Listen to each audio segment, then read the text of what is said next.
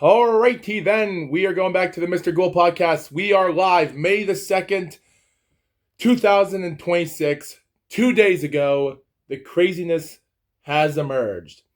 Competition, boxing matches around the globe have been going worldwide, and today this will rock us from the top to the bottom, to the bottom to the top, but this doesn't mean it's the end of boxing. No, no, no, no, no, no, no, no, no, no, no.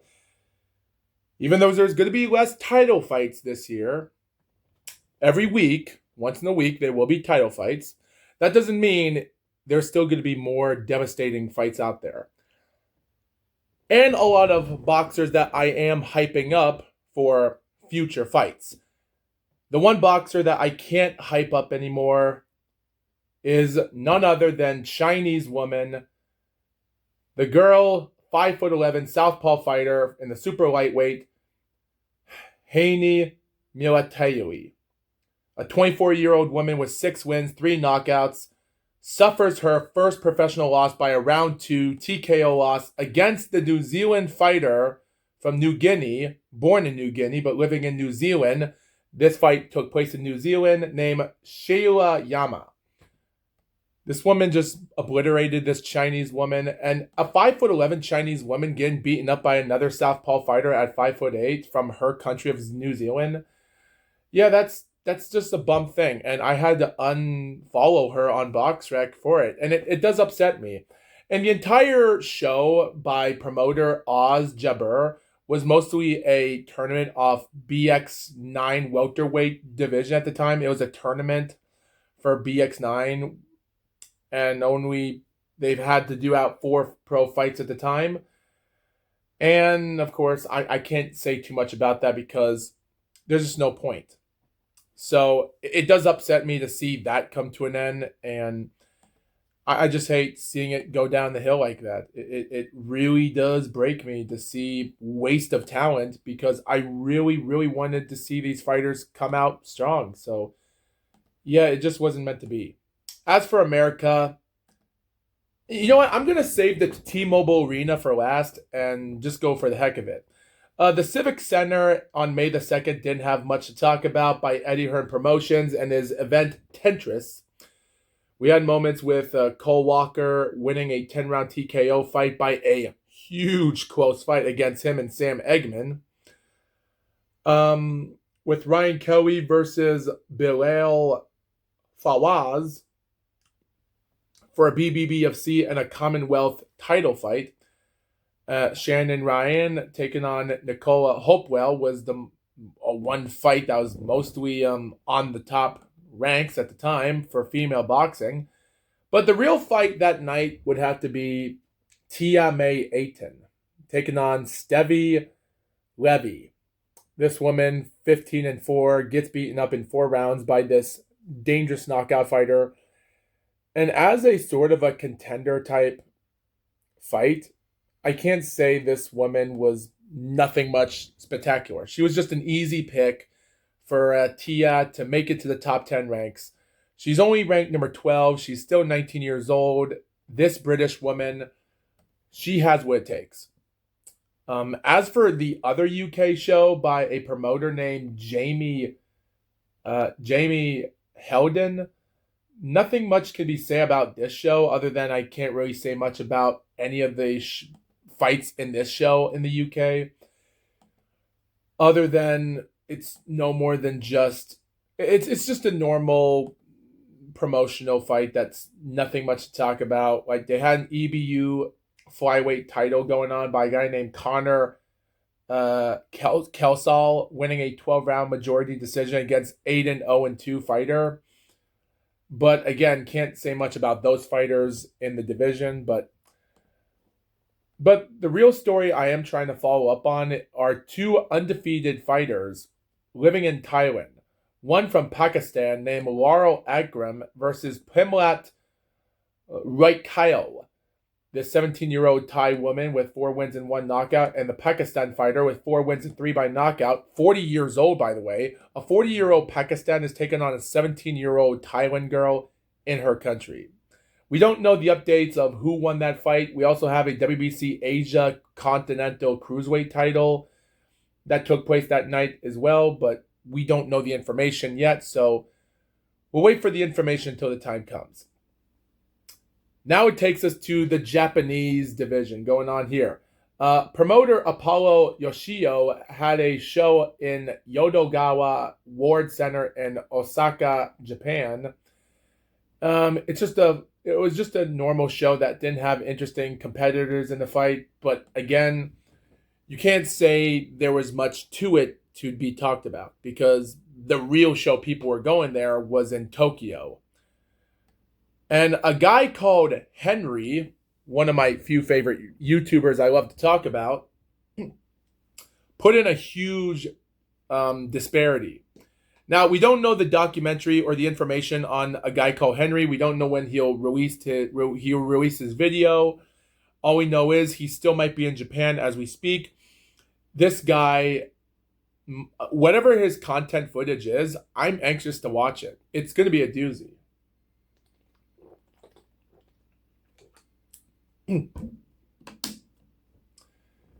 All right. This Tokyo Dome show is so on top of it. What I see here is a bunch of fights that went the distance. Now the show took place. If you were in Eastern Standard Time, this show would take place at 3 a.m. The first fight took place a lot sooner during the time in Eastern Standard Time, and the show ended around 9 a.m. So originally, it was going to be a full 5-hour show, which is crazy. And looking at how crazy this entire fight card is, it's crazy. Now, I don't have the information of any of the first several fights. Only the last 3 fights were live on DAZN at the time. But again, I don't know about those fights yet.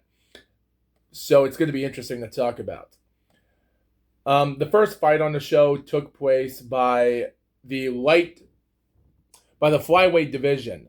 Shogo Tanaka taking on WBO Asia Pacific flyweight champion Kosuke Tomioka, an 11-4 fighter that won the title recently, just a few months ago. A man that lost against some great contenders from Shogo Nogami and Suzumi Takayama, who has been disappeared since the end of 2024, so we don't know when he'll be back in boxing. But we could say that this guy has 3 knockout losses, and the information reads this, that on BoxRec, it stated that 8 of the 10 rounds were scored by Shoga. The only 2 rounds scored for Takayama, for Tomioka, was round 2 and round 8. And some scorers did had only 1 round being scored for him, favored easily.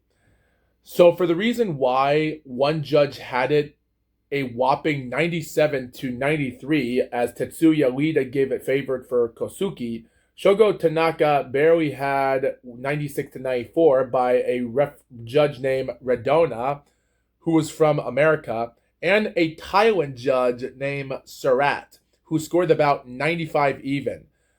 Split decision draw, which means Kosuke retains the title, and this guy's Shogo Tanaka's 5-0 record is gone. Still undefeated, but believe me, there's going to be another fighter with a 5-0 record that also hit the drain as well. I'm just going to try to crawl through all this as best I could. The next fight is for the super middleweight division. The Oriental Pacific Boxing Federation and the WBO Asia Pacific super middleweight title. The Oriental, I'm going to call it by its name, OPBF to be short. But this fight wasn't much to be talked about. Yuito Moriwaka was ranked number 99 at the time. His South Korean fighter, Deok No Yun, was ranked number 49. And as for Deok, this South Korean fighter has won every title for the regional at the time since last year. They fought December with him and Yuito. For what reason, they only went 4 rounds, not ending it, while Yuito was winning by all 3 judges' scorecards until round 4. I guess they had an accidental head clash or something because they didn't continue the fight. Yuito had the judges favored him, but I guess it ended in a technical draw because they didn't go the distance for the winner. And Yuito, it stated that he let out the fight easily in the first few rounds. got beaten up, and then by the halfway mark, he managed to score like 4 rounds until then. The second half of the fight went from 6, 7, 8, and 9 were scored by the South Korean. Yuito would win the last round, only for two of the judges battling for who was favored to win. And technically, two judges had it 96 to 94 favored by both of the two fighters. While Surat, the Thailand judge, scored at 97 to 93. The other two judges of Sung Woo and Katsuhiko had it 96 to 94, giving Yuito the win. And as looking at the rankings, Dyuk is still rated number 79 in the super middleweight, and Yuito was rated number 72 a couple of days ago, but now he's rated number 73. We don't know why he's not rated in the top 50, but it has to do something because of his controversial win. He should have won the fight easily, and he almost did. So it is going to be tough to understand where the super middleweight division is as we speak. As for the featherweight fight of Rhea Abe and Toshiki Shimamachi, two judges had 96 to 94 for Toshika, and another judge had it 95 even by a majority decision. Toshiki would win the fight. And Toshiki and Rhea, they were just battling for who would make it back to contention. Toshiki has been on a rampage, haven't lost a fight since his third pro fight in 2016 in July. So we don't know where he's going to go. He's rated number 9 in the featherweight. So if Naoya Inoue fights him first in the featherweight, we're just going to wait and see for that to happen.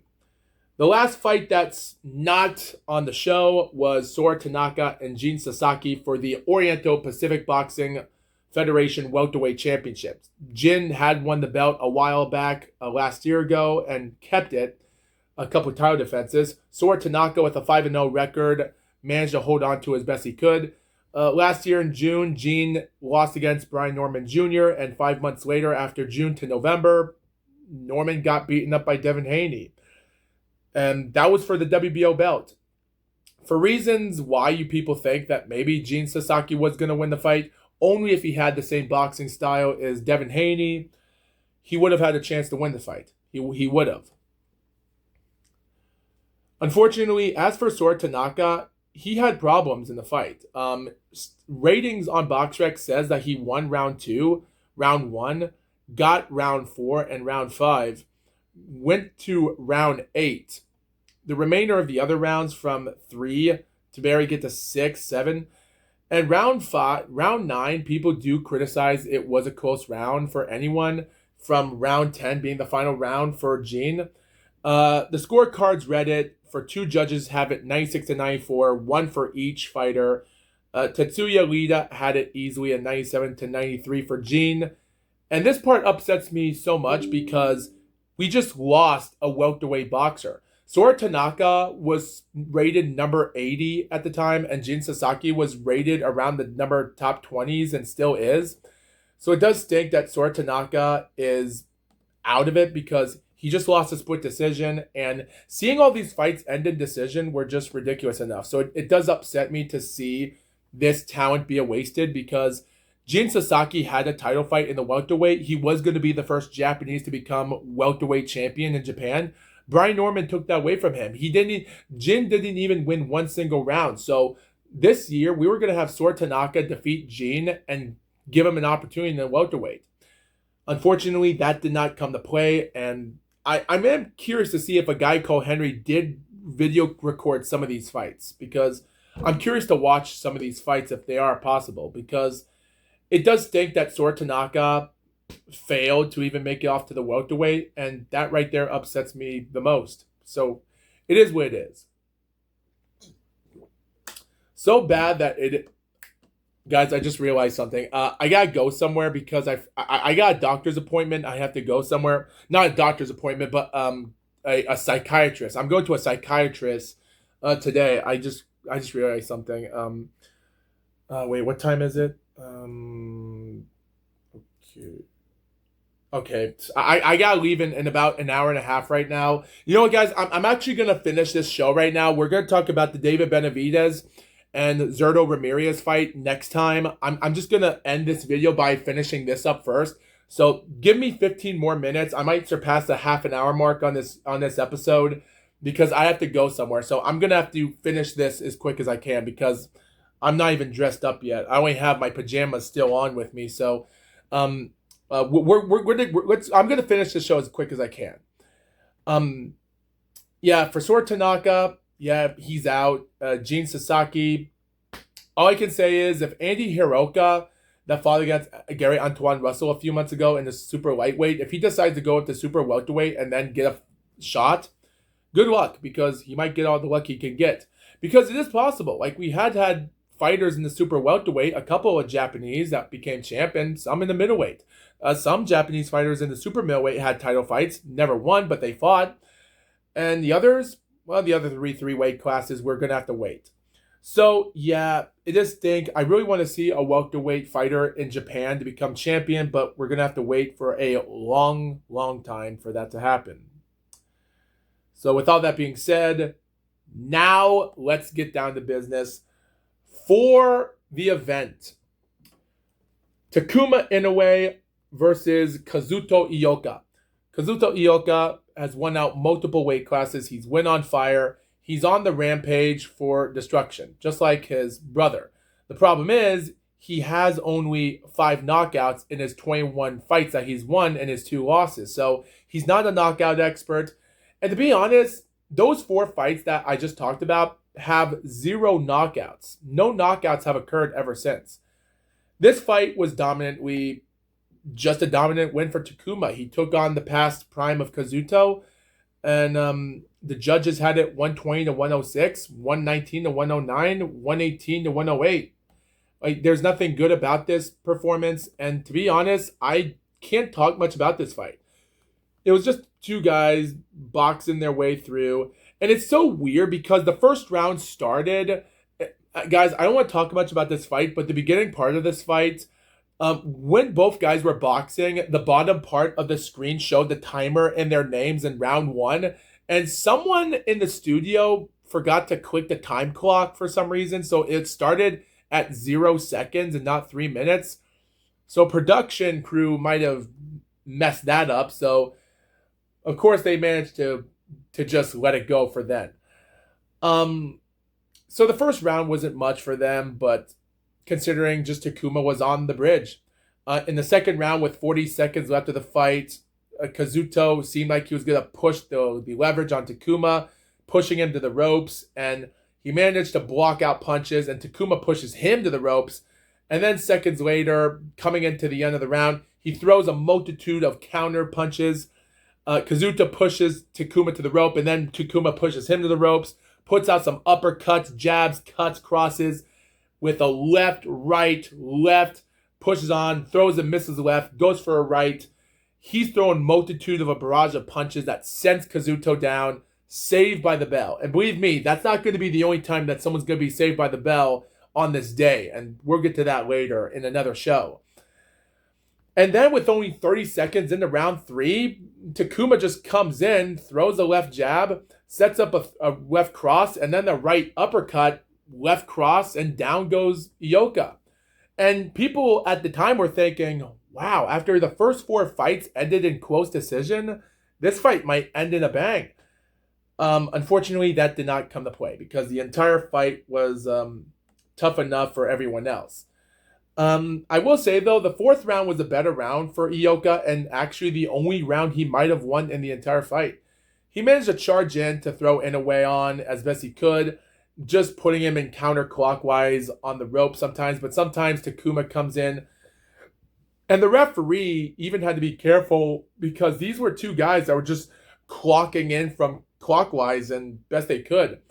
The 4th round was a good round for Ioka, and he did put a good hard pass into him because Takuma was more of the defensive fighter in the entire night.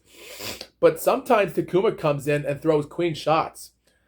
After the end of round 5 and round 6, it was just good counterpunches, grabs, and even tricking his opponent. And even during the last minute in the 6th round, both of them were just standing still with Takuma just playing with his hands, so much, just tricking Ioka. And yeah, and the remainder of every round was just Ioka trying his best to land punches while Takuma was dodging everything he could do.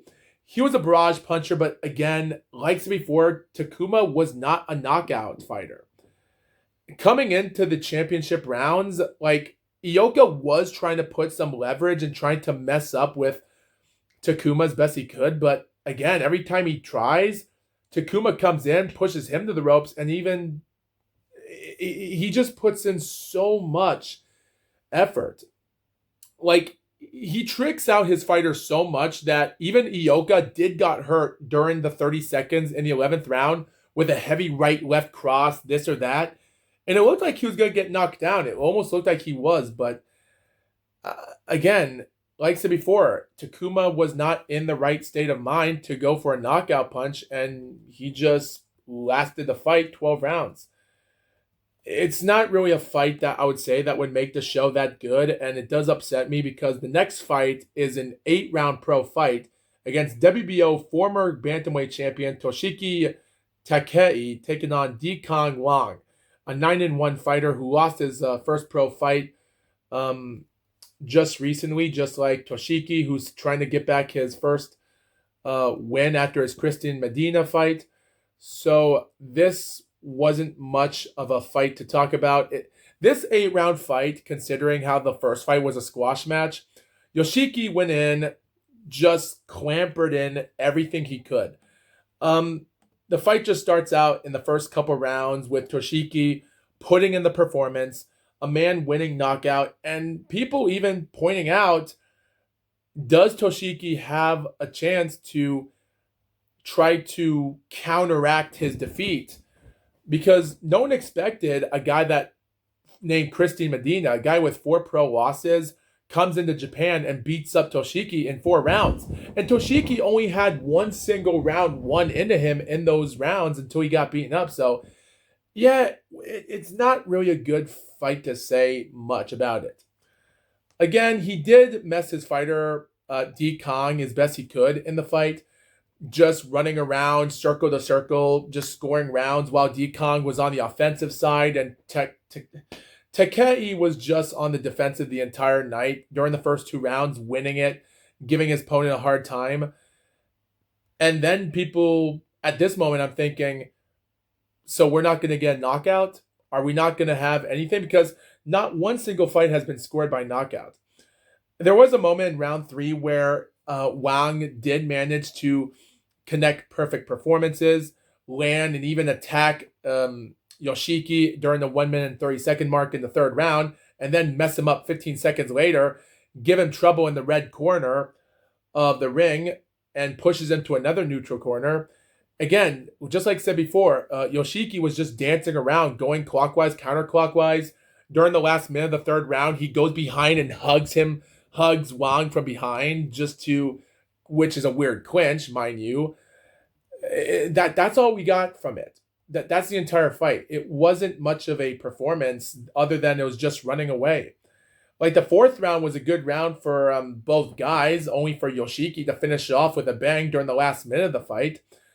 And again, Wang, being a little bit of an aggressor, did manage to be in the last 10 seconds of the fight to throw a heavy left punch, cross, and then a right just to punch him into the neutral corner. And then, again, Yoshiki would wrestle D. Kong and push him into he tried to almost like take him down like a professional wrestling move.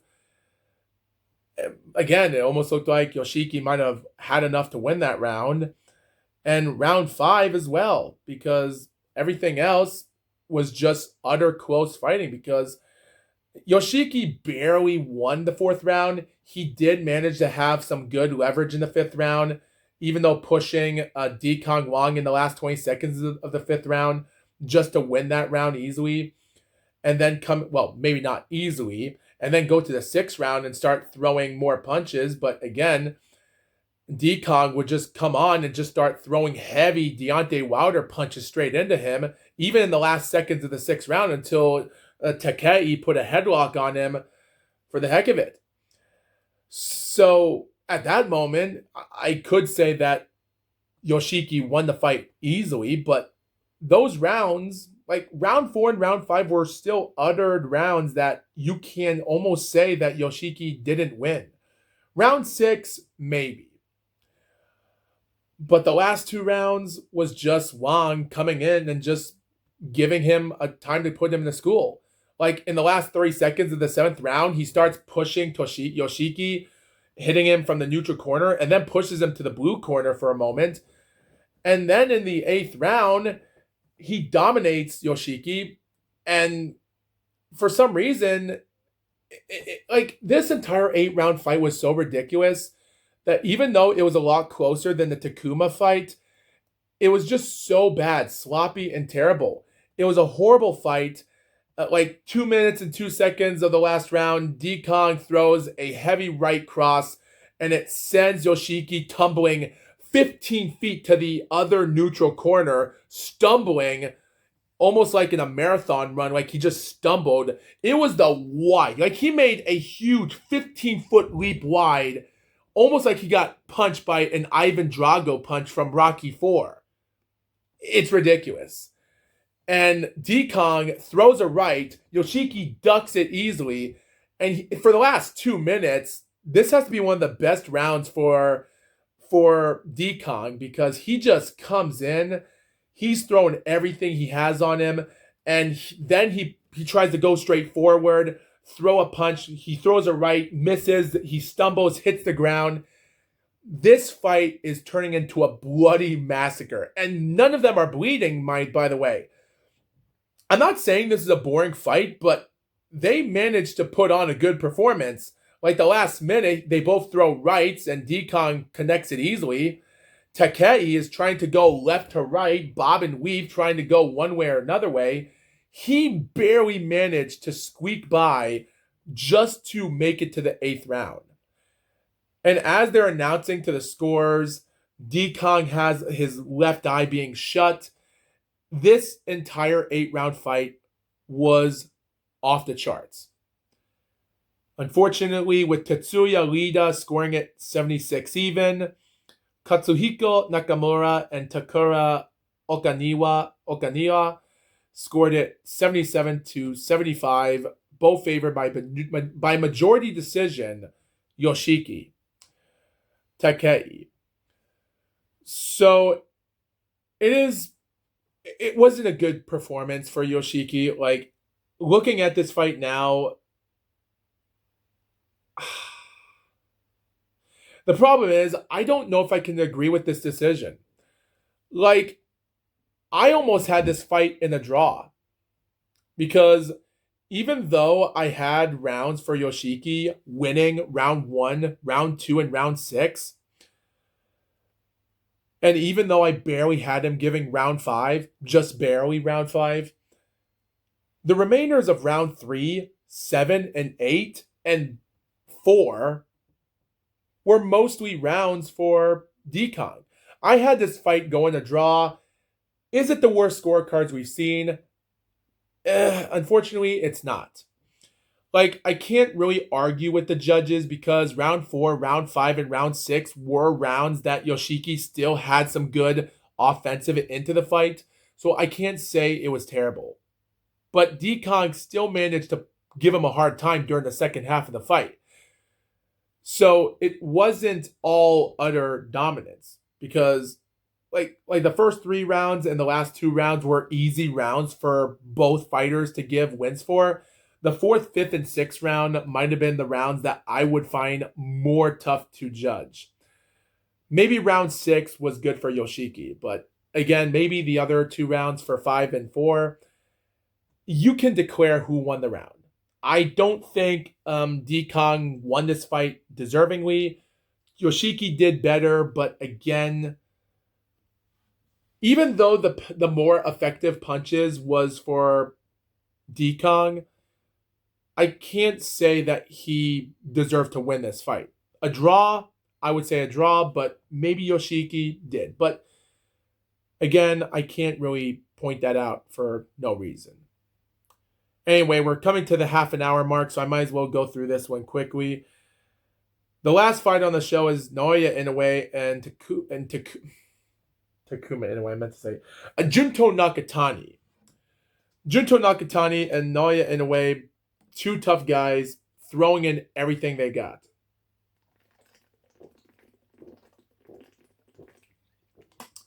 So the entire 7 fights on this show, 5 of the 6 fights ended in decision. 5 were close. 6 of them, 1 of them out of the 6 were utter squash matches. So this entire show has 0 knockouts. Even for Takuma scoring 2 knockouts against Ioka, but still went the distance, not good. So all I can say about this fight, so for the first round, Naoya comes in, charging in, just throwing in out some great left jabs. He's an orthodox. Junto is a southpaw fighter. And I thought to myself, I didn't realize that these guys were throwing in the cahoots.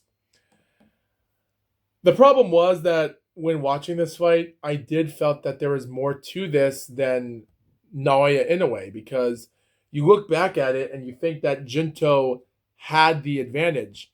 The only problem I didn't like about this fight is that Junto went in the fight. He fought by only throwing punches as best as he could. The problem was Junto was not taking everything into conversation. The first few rounds of the fight, during like 4 or 5 rounds of the fight, Naoya was just going forward by just dodging, throwing, and scoring out great combination punches. And again, Nakatani was doing okay in the fight, but again, he wasn't throwing a lot. He was going behind the scorecards.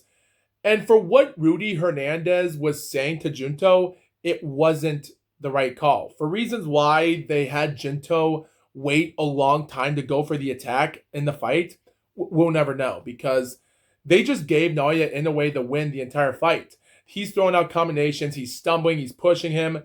He throws multiple punches in the third round, stumbling Junto. Even in the beginning part of the 4th round, he stumbles Nakatani. And again, both are orthodox, both are southpaw. These 2 Japanese legend pound-for-pound fighters are throwing everything at themselves. And even during the halfway part, the halfway mark of the 4th round, again, like, Junto is trying to throw some heavy, great right bombs, misses, and every time Inoue tries to go forward, he manages to land some easy punches as best he could. The first 4 rounds were so easy that you can't understand to yourself why Junto thought it was an okay to just wait for that opportunity. Like, they were so easy that you just can't understand why you had to wait. Like, the 5th round was a moment where they are going for right and left punches for both, and where the 5th round, Junto was being a little bit of an offensive fighter during the last 40 seconds of the 5th round, when he managed to land a good few body punches downstairs. And again, they go by punches, they go upstairs, they go downstairs, they go cross, they go counter punch. But the jabs are the rounds that are Inoue are winning. He's going jab, jab, jab, jab, jab. He's doing everything he's doing. Inoue barely manages to win the 5th round, and he even lost his balance during the moment when they both struggled each other, but would survive. The 6th round, Takuma. Why do I keep saying Takuma? Okay. In the 6th round, Nakatani does manage to put in some good offensive work. He throws jabs. He's throwing stuff in the pot. Like, the first minute wasn't much, but again, Nakatani does manage to handle himself as best he could. There was a moment where Inoue did get a good punch downstairs and a good punch upstairs. Moments for Inoue here and there, and Nakatani did manage to, like, both of them. Like, the 5th round was good enough for Inoue barely. The 6th round was tough, like, because it seemed like Inoue was taking a break. He wasn't taking a lot of punching as you think he would have. So Nakatani manages to win the 6th round, depending if you think Inoue won. It was a close round for anyone to win that round, so I can't really say much about it. The 7th round, on the other hand, Inoue comes back and just utterly destroys him. So we're halfway through the first half, and Inoue has already won round 7. So he's won 6 rounds to 1. And again, during round by round, as they're going to their corners for 1-minute breaks, Rudy is already telling out Nakatani's behind the scorecards he has to do something. At this moment, I'm thinking to myself, you should have told Junto that you should have had that opportunity a long time ago instead of now. Now you just wasted over 6 of the 7 rounds in the fight, and you don't even know if they're even going to give you those rounds. So that's how bad it is. So he goes into the 8th round. They're finally throwing in a battle of fighting into each other. And don't get me wrong, I'm not saying the fight was boring. Even though they're both stunning each other, they weren't doing a lot of clinches. They do try to go forward to each other, and Inoue is trying to dodge punches, whether if Nakatani is close to him or away from him, depending on how close they are from engaging to each other. And they even try to clinch each other sometimes in each of the rounds. And believe me, sometimes them going forward can result in an accidental headbutt. And believe me, this might be the factor of the fight. Because after round 8, it was just Nakatani putting in the great performances. Because even though round 8 had moments for both of them, round 9 and round 10 were the rounds for Nakatani. At this moment, all Nakatani had to do in round 9, 10, 11, and 12 is just win the last rounds. Because at this moment, the judges, so technically one judge had it really close for the fight by only a good few points or so. But the other 2 judges already had 6 rounds for Inoue. So if Nakatani wins the remainder rounds, that means this fight is going to end in a majority draw. Depending if it's a knockout fight. If he scores a knockout, that's going to be something crazy. So they go to the 9th round, and there was a moment like in 1 minute and 40 seconds of the fight where they both did almost collided heads to each other at one point, and Inoue does push him and starts throwing counter punches back to him and crosses again. And there was also a fun moment in 30 seconds where Nakatani even shoved him with a little bit of a right, tiny little bit of a shove, and almost did back Inoue a little bit. And then moments later, he connects an uppercut hitting Inoue. This had to be one of the hardest fights for Inoue in his career during the Nito Donaire 1 fight. So we go to round 10, and Nakatani is throwing everything in the bucket. He's given Inoue a hard time. Again, they're going forward. Every time they're going to punch forward, they get their heads close to each other. So you would almost expect something bad is about to happen. And then as Inoue is trying to recover from every single beating that he's getting beaten up against, 1 minute and 7 seconds left of the 10th round, Nakatani sets up a left fake right jab, 2 fake right jabs, goes up for a left, misses completely. Inoue's trying to get out of the way, move, but they both clash heads to each other by Inoue bumping off the head of Nakatani's eye, and he shoves him, goes a right, hits Nakatani, and Inoue sets up a left, hitting Nakatani back and scaring him with a missed Deontay Wilder right punch. And Nakatani puts his glove right here. They time the fight with 1 minute left of the fight, and the blood's gashing. They show us the replay of where the connected hit. The headbutt collided during the last punch before Inoue hit him with a left and scared him with a right. So the head clash was accidental. And of course, he would recover the remainder of the 10th round just to recover from it. But then after all of that, Inoue messed everything up until then, because I'm going to add to this. Nakatani comes in, throws everything he did, and then he gets head clashed. He's bleeding hard, and he loses all of his blood onto it and gashes out, barely surviving the 10th round. Eventually, Inoue finds the right counter, scares off punches in the last 6 minutes of the fight, wins the last 2 rounds easily by utter squash. 2 judges have it. Both of them hug after the fight. 116 to 112 for 2 judges, including me. 115 to 113 by one other judge. Winner by unanimous decision. Still undisputed champion. The monster, Naoya Inoue. And this is the moment when Inoue would also break the record for the most ever unified title wins by defeating Vladimir Klitschko's 15 title fights and unification. Inoue tied that record last December with David Picasso. Now he breaks it with 16 in a row. This is his 8th title defense in the super bantamweight. All I can say about this is that I have to go to a doctor's appointment. So yeah, that's all I have to say about this. Both collide each other, congratulate each other for the win.